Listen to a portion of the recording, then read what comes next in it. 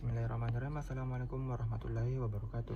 Di sini saya selaku pemateri pertama, yang dimana materi yang saya akan bawakan yaitu konsep al-kail dan al-mizan.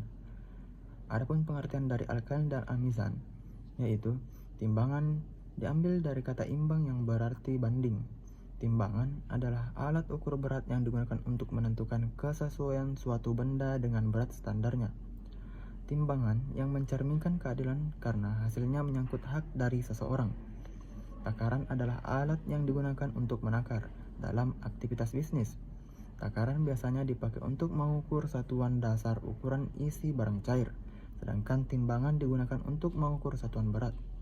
Takaran dan timbangan adalah macam-macam alat ukur yang diberikan perhatian untuk benar-benar digunakan tepat dalam perspektif ekonomi syariah. Dalam Al-Quran, terdapat beberapa kata yang sepadan dengan kata takar, yaitu kata ketala, kala, kail, kil, dan mikyah yang lebih dekat artinya dengan neraca. Yang kedua yaitu ayat-ayat Al-Quran mengenai al-kail dan al-mizan. Dasar hukum Islam tentang timbangan dan takaran terdapat dalam potongan Quran Surah Hud ayat 84 yang berbunyi, Bismillahirrahmanirrahim. Wa ila madyana akhahum syu'aiban qala ya qaumi ya'budullaha ma lakum min ilahi ghairu wa la tanqusul mikyala wal mizan inni arakum bi ghairin wa inni akhafu alaikum azaban yawmin muhitin. Yang artinya, tidak ada Tuhan bagimu selain Dia. Janganlah kamu kurangi takaran dan timbangan. Sesungguhnya aku melihat kamu dalam keadaan yang baik atau makmur. Sesungguhnya aku khawatir kamu akan ditimpa azab pada hari yang meliputi atau dan membinasakanmu, yaitu hari kiamat. Maksud dari ayat di atas yaitu bahwa Nabi Syu'aib selalu mengingatkan kaumnya agar tidak mengurangi takaran dalam jual beli atau menjual barang dengan terlalu mahal. Beliau menekankan agar masyarakat selalu menjaga keadilan dan kejujuran dalam bertransaksi. Mengurangi takaran dan jumlah terlalu mahal merupakan penyebab kerusakan di muka bumi, dan yang melakukan perbuatan tersebut sebenarnya perusak dan penjahat di bumi. Dalam kitab Lum'atul I'tiqad juga dijelaskan oleh Syekh Khalid Musli, yaitu mizan adalah hal yang lazim dalam perkataan Arab, yakni sesuatu yang digunakan untuk menimbang, dan hukum asalnya adalah menimbang amalan. Sebagaimana sabda Nabi Muhammad SAW, dua kalimat yang ringan di lisan dengan berat di mizan. Subhanallah wa bihamdi, subhanallahil azim. Hadis riwayat Bukhari 7563 dan Muslim 2694 dan Dulkin 2023. Kemudian jika ditinjau dari kamus bahasa Arab Al-Mani, makna mizan menurut kamus tersebut berarti timbangan atau neraca. Jika dilihat dari arti kata tersebut, neraca sendiri merupakan catatan perbandingan antara untung dan rugi, kemudian tentang utang piutang, serta pemasukan dan pengeluaran. Neraca adalah berbagai tabel yang menggambarkan kondisi keuangan pada suatu perusahaan. Neraca juga salah satu istilah umum yang digunakan dan diterapkan dalam proses pembukuan. Dalam neraca terdapat berbagai informasi tentang aset, kewajiban, serta ekuitas pemegang saham di perusahaan. Sekian dari saya alihkan ke materi selanjutnya. Adapun materi selanjutnya adalah etika al-kail dan al-mizan. Nah, perlu kita ketahui dulu sebenarnya apa itu etika. Nah, menurut Kabartens, etika adalah nilai atau norma moral yang menjadi pegangan bagi seseorang untuk mengatur suatu tingkah laku. Kemudian etika bisnis menurut Islam sendiri merupakan nilai-nilai tentang etika, akhlak, tingkah laku pedagang dalam dunia bisnis berdasarkan pada prinsip-prinsip moralitas sesuai pedoman Al-Quran, yaitu terkait dengan kejujuran, keadilan, baik dari jujur dalam takaran dan timbangan, kemudian menjual barang yang halal, tidak menyembunyikan akan kecacatan barang, tidak bersaing dan juga tidak bersaing sesama pedagang. Kemudian Dalam kata lain, etika bisnis ini berarti adalah seperangkat prinsip di mana para pedagang ini harus berkomitmen untuk bersikap adil dan jujur guna mencapai tujuan-tujuan bisnis yang berguna.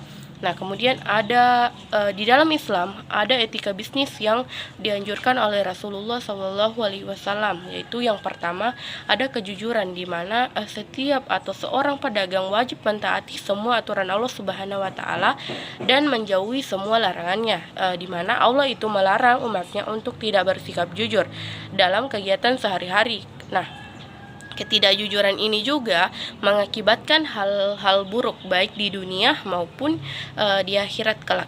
Kemudian, maka dari itu kejujuran harus dipegang teguh oleh para pedagang saat ini. Kemudian yang kedua itu ada tidak ada unsur riba, di mana riba ini merupakan tambahan pembayaran dalam utang atau pinjaman yang diberikan kepada pihak yang meminjam. Dengan kata lain, riba ini adalah bunga dari pinjam tersebut. Maka dari itu, riba ini sangat diharamkan oleh Islam. Kemudian yang ketiga, tidak melakukan sumpah palsu. Nah, sangat dilarang bagi para pedagang untuk melakukan sumpah palsu. Nah, memang barang yang dijual ini habis terjual, tetapi hasil yang didapatkan tidak berkah. Kemudian yang keempat, ramah tamah, di mana seharusnya para pedagang ini senantiasa menyambut pembeli dengan sikap yang ramah, tidak katus, suka mengalah, dan sopan santun.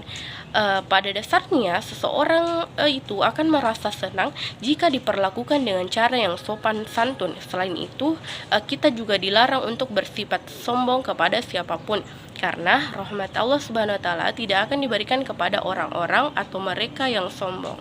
Baik, bismillahirrahmanirrahim. Di sini saya akan melanjutkan materi mengenai tindakan kecurangan pada zaman klasik maupun zaman sekarang.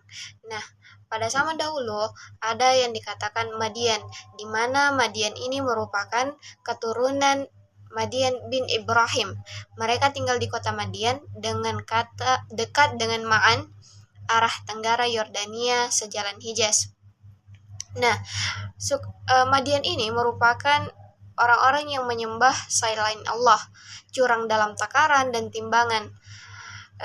Pada saat itu, Syuaib melarang mereka melakukan itu semua, mengancam mereka akan siksa Allah dengan kekuatan sastra dan kepandaian menyampaikan argumentasi kepada mereka yang diberikan Allah kepada Syuaib, sehingga dia dinamakan Khatibul Anbiya, juru khutbah para nabi.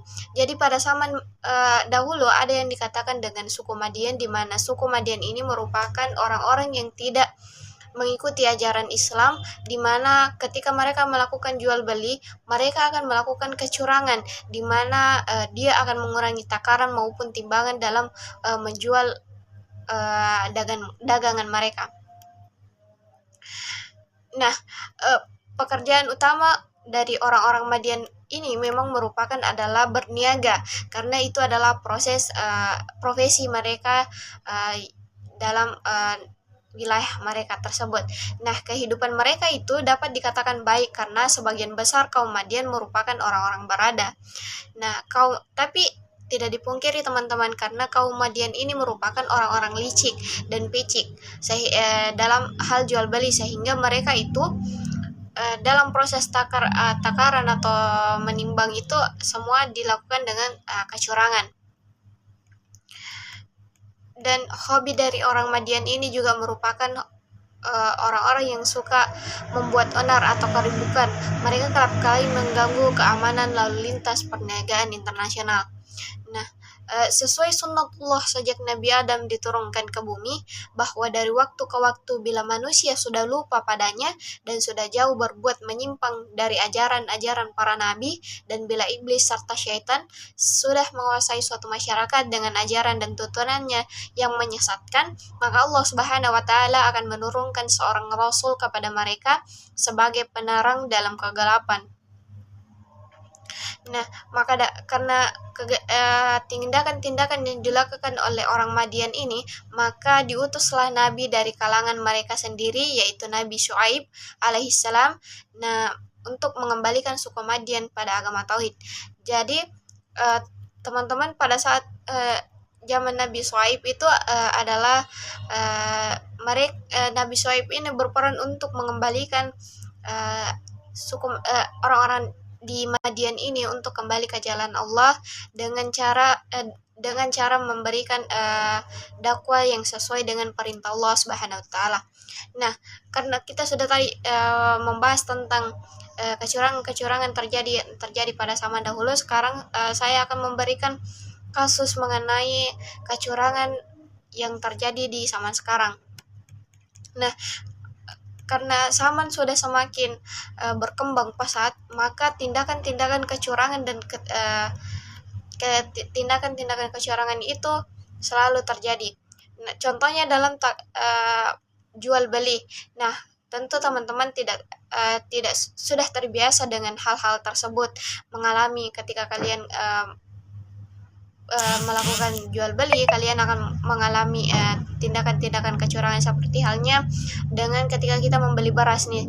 Nah, karena si penjual beras ini ingin memiliki keuntungan yang besar, maka timbangan yang dari penjual beras ini mereka akan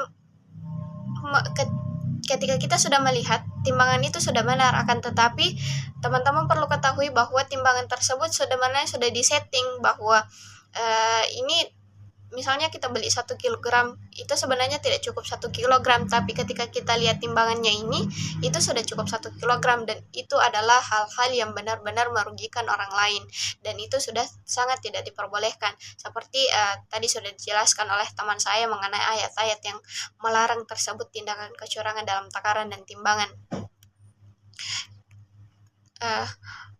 Dan dari dampak yang ditimbulkan itu tentunya berdampak juga dengan pedagang lain, karena pastinya pembeli itu sudah agak-agak bimbang dalam membeli karena takut dicurangi kan.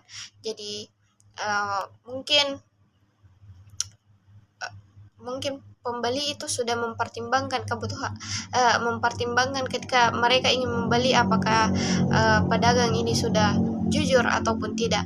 Maka dari itu mulailah berlaku jujur dalam melakukan hal-hal yang tidak merugikan orang lain. Mungkin itu saja dari saya. Assalamualaikum warahmatullahi wabarakatuh.